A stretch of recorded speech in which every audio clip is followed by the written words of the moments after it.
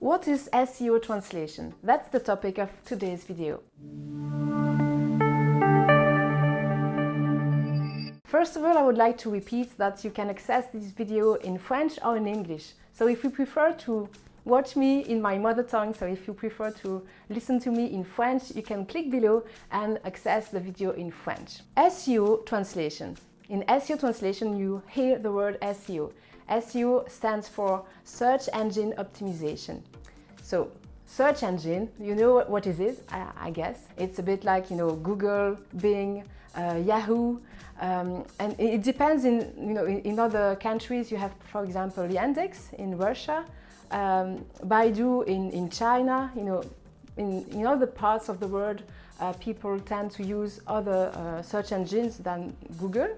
So it depends, but the aim of a search engine is to rank information, to sort them out, to know which website, which content they have to show first in the results. Because people type words in the search bar, for example in Google, so they type a few words because they are searching for something, and when they type those words, they want to see relevant information. They want to see exactly the websites where they will find some information, some explanation, where they can buy some products. So they don't want to lose time. They want to see first the most relevant websites, and it's for usual websites, but also, for example, on Amazon. Amazon also have many products, and they also have to know which product to show first. That's the same, for example, on YouTube. They have so many videos on some topics. When you type a few words, for example, what is SEO translation, you want to have that, the most relevant videos first. That's really how SEO works.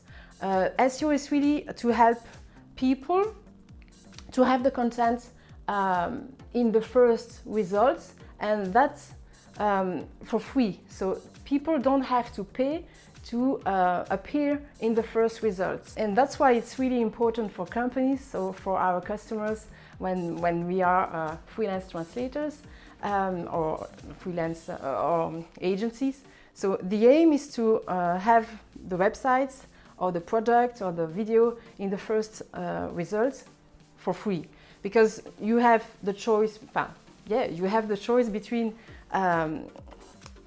being good in SEO and having your products or your content for free. So that's SEO. But you also have SEA. So you pay, for example, you pay on Google to be in the first results. But if you stop paying, then you don't appear anymore above in the ads. And that's why it's so useful and really interesting to be able to adapt your website, adapt the product description, for example, in Amazon, so that you don't have to pay and you appear for free in the first results. So let's take an example so that it's clearer for you.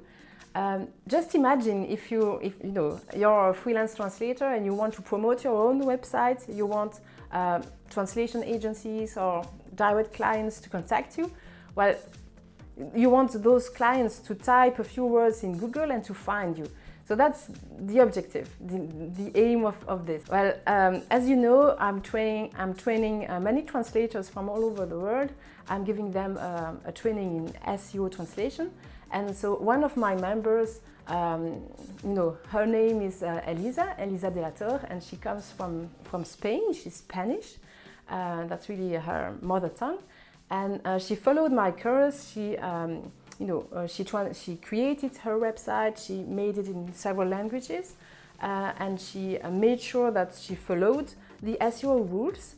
And thanks to that, her website is really appearing on top of Google. Really, it's the first result that's shown when you type those words. You see that when you type those words in French or in English or in Spanish, it's really her website that you see first.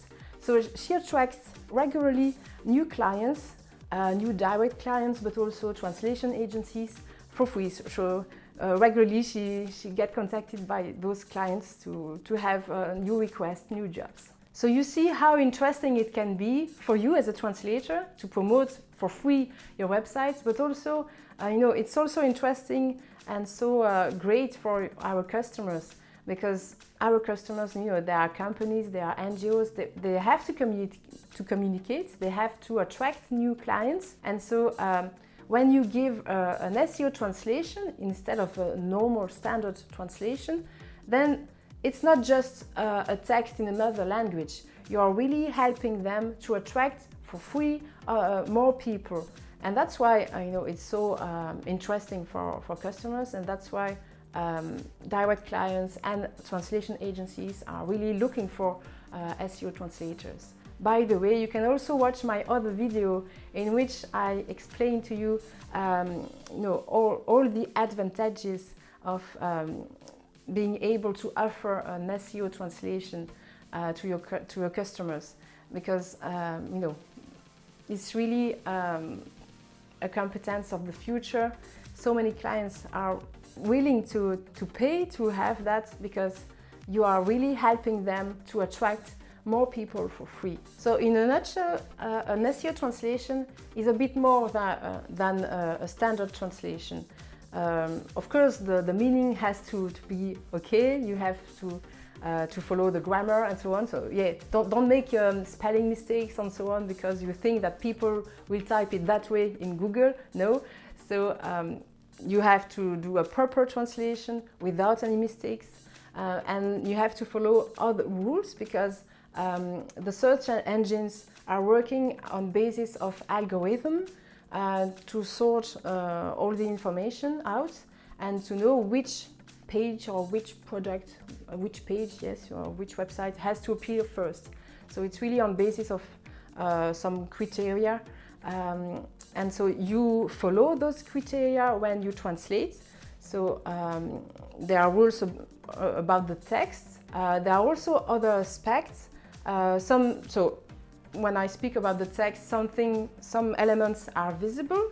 For example, the titles. You have to translate them in a certain way, so you don't it's not just a translation like this.